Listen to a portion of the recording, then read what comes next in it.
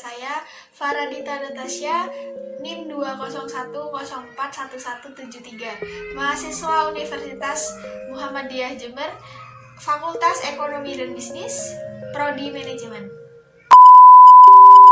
Seperti biasa, di video kali ini saya akan mempresentasikan atau mengulas kembali tentang video yang sudah disampaikan oleh Bapak Idris Mahmudi atau materi yang sudah disampaikan oleh Bapak Idris Mahmudi yang bertemakan hakikat manusia. Untuk yang pertama, saya akan membacakan terlebih dahulu poin-poin yang akan dibahas. Yang pertama ialah apa sih hakikat manusia, dan yang kedua asal-usul manusia, dan yang ketiga potensi manusia, yang keempat kelemahan dan kelebihan manusia, yang kelima sifat-sifat manusia. Poin yang pertama, hakikat manusia. Apa sih hakikat manusia itu? Menurut pandangan Islam dan Al-Quran dan Hadis, manusia adalah makhluk khusus yang mendapat amanah Allah untuk memakmurkan bumi beserta isinya yang tidak dapat dimiliki oleh makhluk lain. Dengan cara apa? Dengan cara dibekali. Nah, manusia juga suatu hakikat yang mempunyai dua dimensi atau dua unsur, yakni yang pertama material dan imaterial, yang dimana material ini berupa jasmani atau jasad yang pertumbuhannya itu secara biologis, dan untuk imaterial sendiri berupa ruh, jiwa, akal, dan lain sebagainya, yang dimana manusia adalah rohania. Dimensi ini yang sulit dideskripsikan atau diverbalisasikan, tetapi dapat dipahami dan dapat diterima keberadaannya. Manusia jika diartikan dalam bahasa Arab atau sepadan dengan yang pertama al-bashar, yang dimana manusia sebagai makhluk biologis. Yang kedua al-insan, manusia maju terus untuk menuju kesempurnaan. Dan yang ketiga al-insan, manusia sebagai makhluk sosial. Poin kedua, yakni asal muasal manusia. Manusia juga disebut dengan Bani Adam. Di dalam Al-Quran itu sendiri tidak terinci secara kronologis penciptaan manusia dari segi waktu dan tempatnya.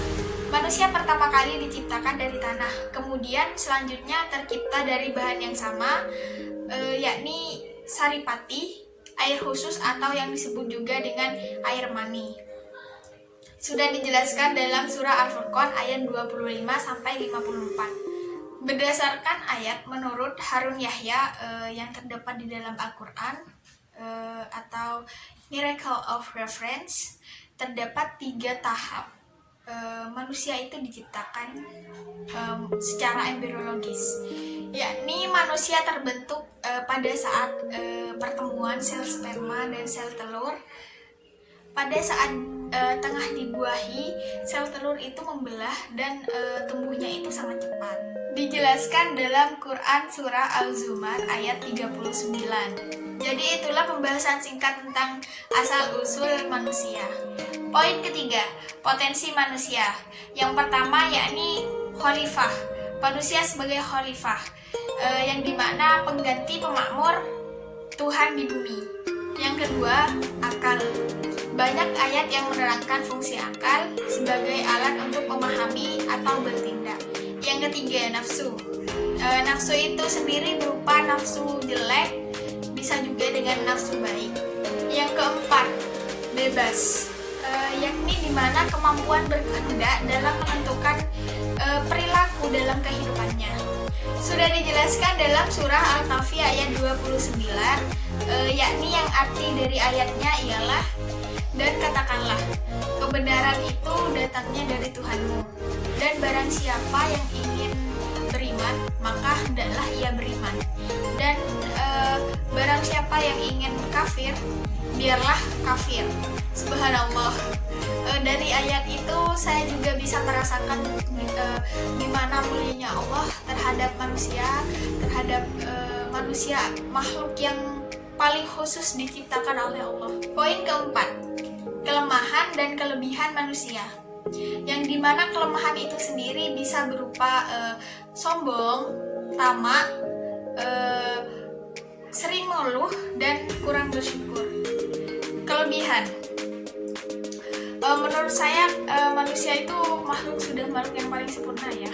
Kelebihan yang dimiliki oleh manusia yang pertama yakni sudah disampaikan di potensi itu, maksudnya potensi itu termasuk kelebihan dari manusia, yakni dimana manusia itu diciptakan sebagai khalifah, manusia itu mempunyai akal, manusia itu mempunyai nafsu, manusia itu bebas ya. Dan jika dibandingkan kelebihan dan kelemahan manusia itu lebih banyak, manusia itu lebih banyak kelemahannya, karena menurut kelemahan itu sendiri berupa hal-hal negatif itu sering terjadi pada diri kita sendiri, karena kita mempunyai nafsu. Nafsu itu kan berupa nafsu baik dan nafsu buruk. Tetapi di dalam diri manusia itu sendiri kebanyakan yang ada pada diri manusia itu sendiri nafsu buruk. Jadi semoga kita sebagai manusia itu selalu berada pada kelebihan atau mengurangi kekurangan yang ada pada diri kita sendiri, seperti itu. Dan yang terakhir, poin kelima, sifat-sifat manusia, yang dimana sifat-sifat manusia itu fleksibel ya. Sifat negatif itu bisa dijadikan kelemahan dan sifat positif itu bisa dijadikan kekurangan, seperti itu. Jadi kesimpulan pada video kali ini adalah manusia adalah makhluk paling sempurna yang diciptakan oleh Allah Subhanahu wa Ta'ala, yang terdiri dari jasmani dan rohani, yang memiliki akal dan nafsu, yang dimana manusia pertama itu ialah Nabi Adam. Nabi Adam tercipta dari tanah dan keturunannya tercipta dari air mani, yang tujuan penciptaannya itu hanya untuk sebagai hamba Allah dan sebagai khalifah di bumi. Sekian penjelasan dari saya, semoga bermanfaat untuk kalian semua. Jangan lupa di like, di subscribe, dan di share ke teman-teman kalian, semoga ini bermanfaat. Dan jika ada salah kata saya mohon maaf. Wassalamualaikum warahmatullahi wabarakatuh.